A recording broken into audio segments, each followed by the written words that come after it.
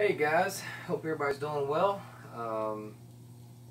Just wanted to give you a hopefully quick little review on the TV reality show called Tanked that comes on the Animal Planet. So I've been kind of torn on writing this review or doing a video on this review, and I'm trying to kind of not get myself worked up over it. So I think I first want to tell you kind of what the show is about. So the show is about, for those of you who haven't seen it, it's a very popular show.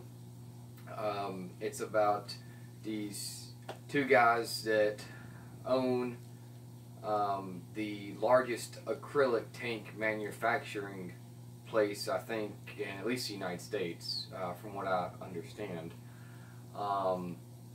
And the one guy that owns it is married to the sister of one of the guys and stuff, so it's all this family integrated thing. So basically they go to either celebrities' houses or they'll go to people that have the money to have these tanks set up, and well, this is where the issue I have starts, actually. And in between, they have like little jokes and stuff they play on each other, and little side drama things that are kind of happening.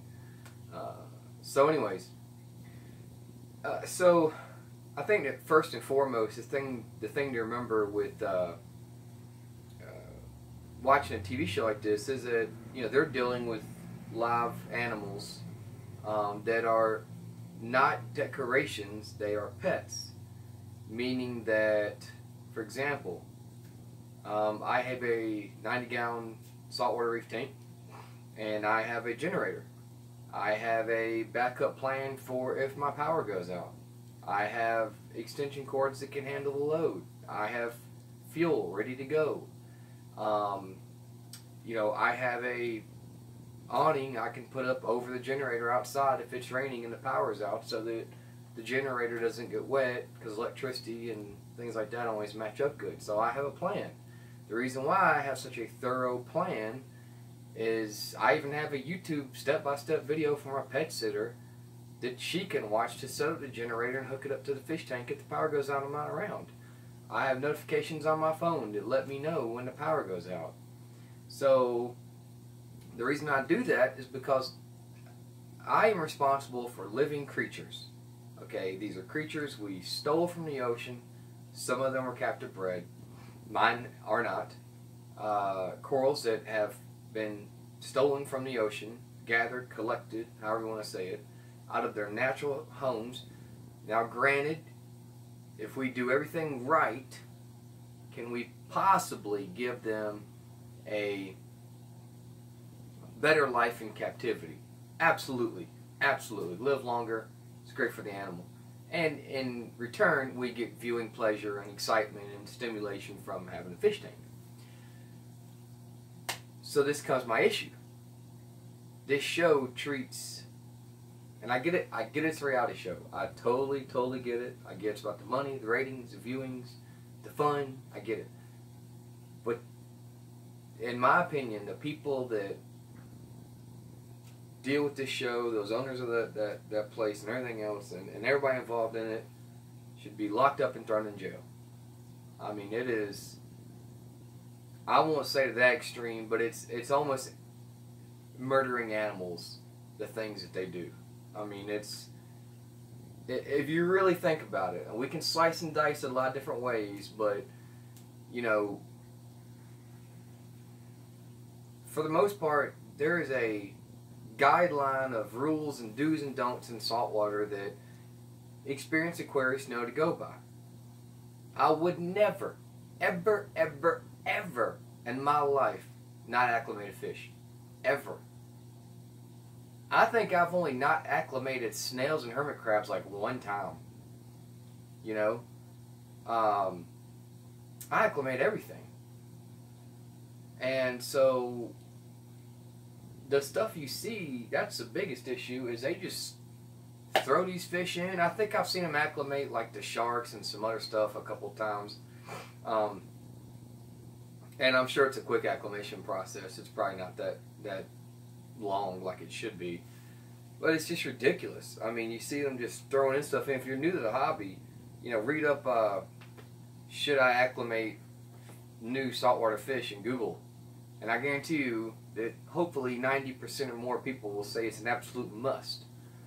So they don't do that. They put in very difficult fish that on some accounts belong in the ocean and that's it. And they put them in tanks.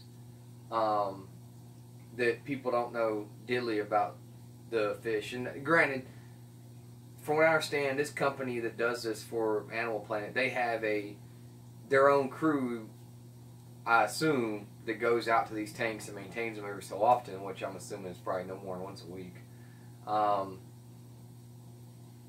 But, you know, they'll put in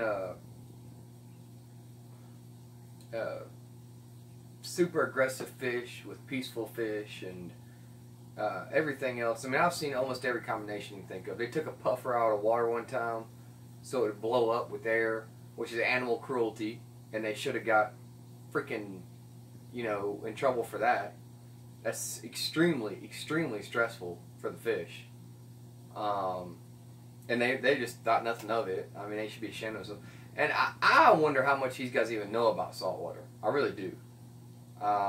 I want to say they know a lot, and they just do this because they, you know, they are looking at it from a business perspective and not a humane perspective. I mean, I kind of get that, I guess.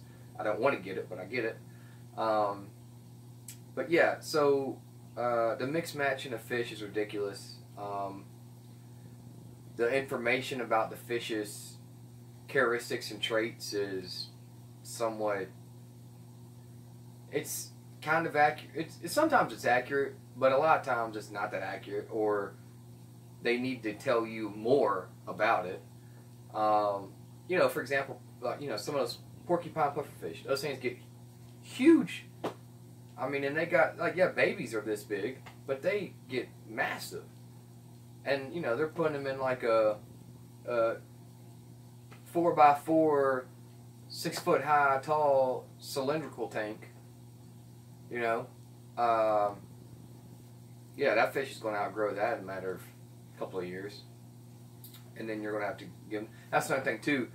The tank setups they have for the average reef hobbyist is not practical. I mean, the stuff, the setups and the shapes and the sumps and everything else they have is just, it's not practical at all. I've been hobby now for long enough to know that. So the other thing is some of the equipment also I wonder is any good. Some of it's decent, but a lot of it they don't show you the brand names or anything of it. I did see they look like they used the JBJ chillers, which are good. Those are like the best you can get, in my opinion, or very close to it. So those are pretty good, but that was on a jellyfish tank where the jellyfish have to have really cool water, and you want a very reliable chiller and a chiller that can do the job. So that's probably the only reason they did that.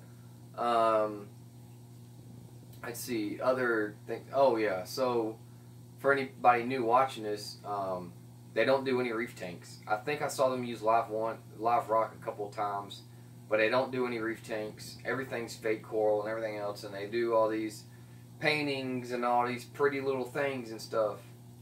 Looks great on TV. Guess what happens to everything in saltwater? It builds algae. Algae gets on everything, even if it's a good kind coralline. Maybe it's not bubble algae, maybe it's not green hair algae, maybe it's not diatom algae. But it will form eventually, no matter what. You can take toothbrushes and scrub it away, you can whatever, but the coralline, no matter what, you're going to get algae on something. It might be a calcareous form like coralline that needs light to grow and it turns hard, but it's going to be a type of algae. And it's going to cover all those pretty fixtures and everything else. That's why if you watch It's a YouTube channel, LA Fish Guys. You probably heard of that. They have hundreds of thousands of subscribers. It's a great channel for the most part.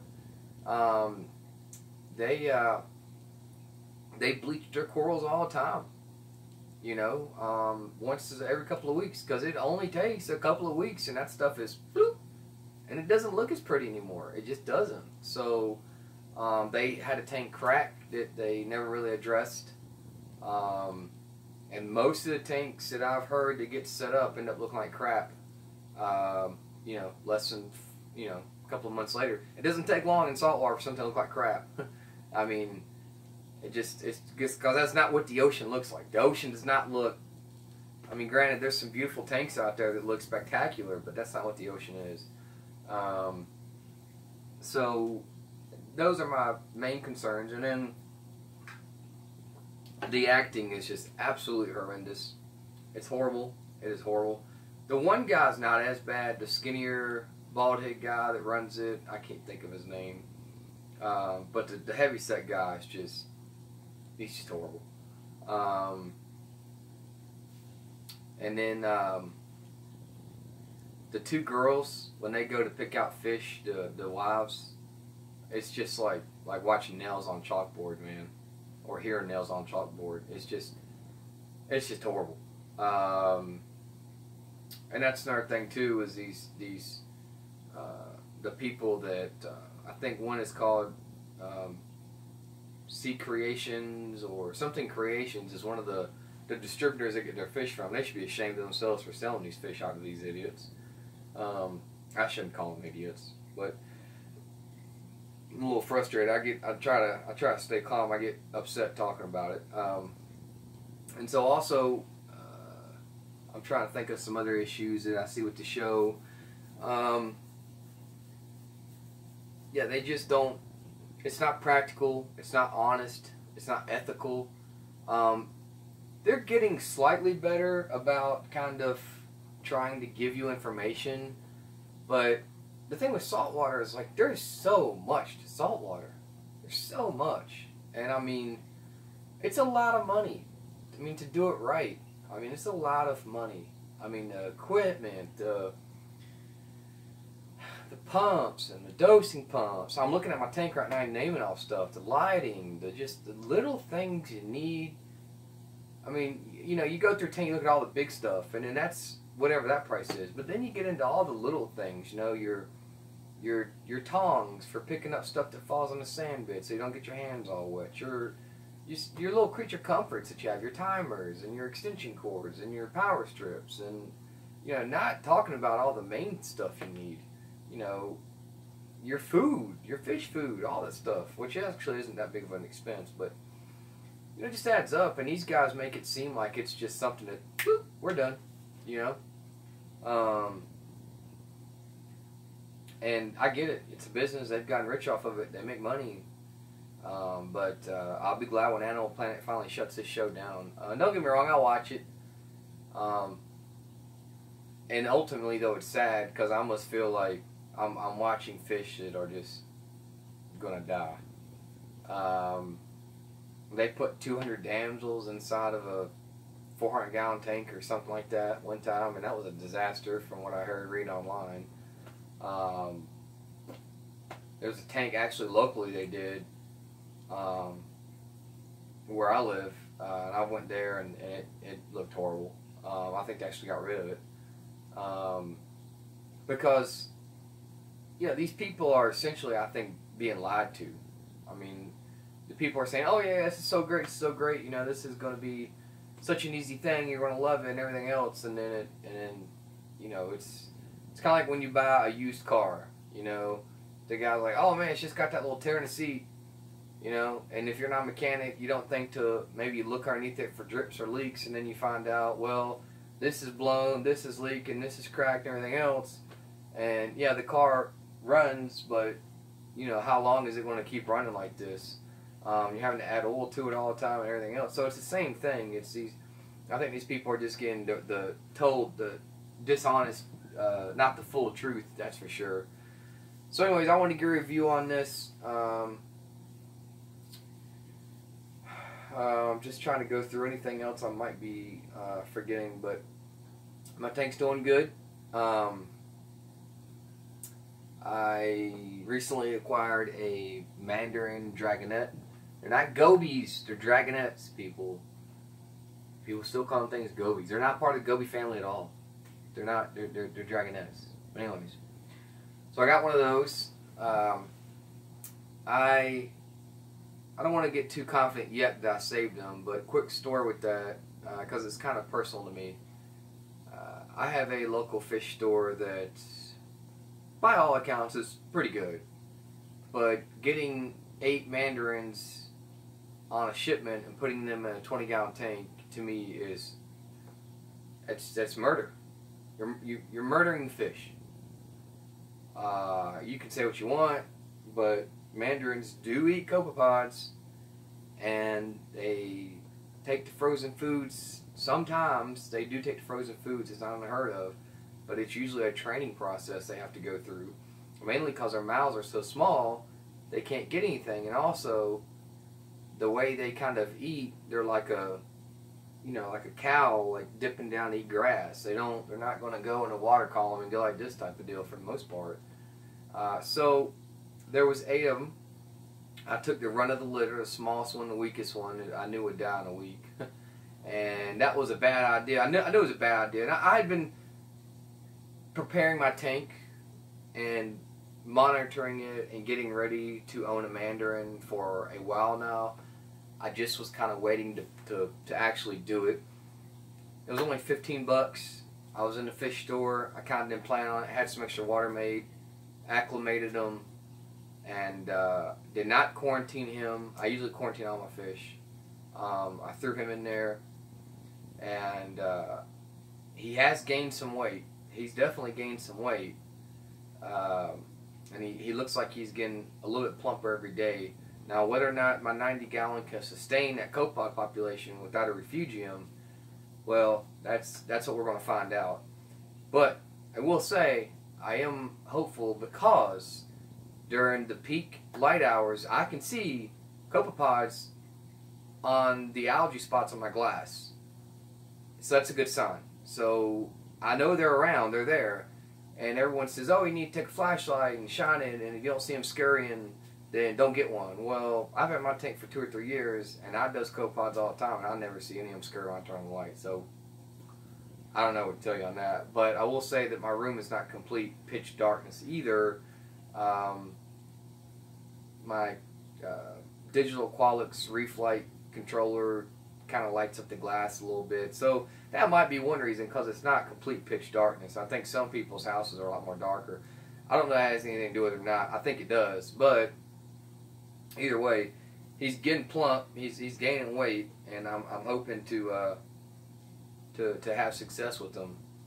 And then I want to say I went back to that fish store about a week later or 2, and there were only 3 mandarins left out of the 8, and they looked absolutely horrible.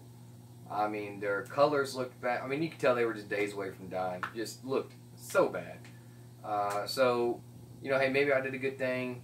I never like to rescue a fish and add it without it being part of the overall list. But I felt like that I'd kind of always yearned for a mandarin, and they don't really contribute to the bio load that much. They don't really have any. He wasn't going to have any issues with my fish picking on him, and vice versa. We weren't going to have any of that. So I'm really happy with that so far, and I'll keep you updated. But hope you enjoyed the video. TV show tanked. I mean, in a nice way. I don't really. Fuck those guys. Fuck them. It's YouTube. But there are some things that are entertaining about it. I do kind of watch it, and you know, I just watch it to see the pretty fish and everything, and that's really the only reason. I could care less about what they say or talk about. I just like seeing the animals while they're still alive. So, all right. See you guys later.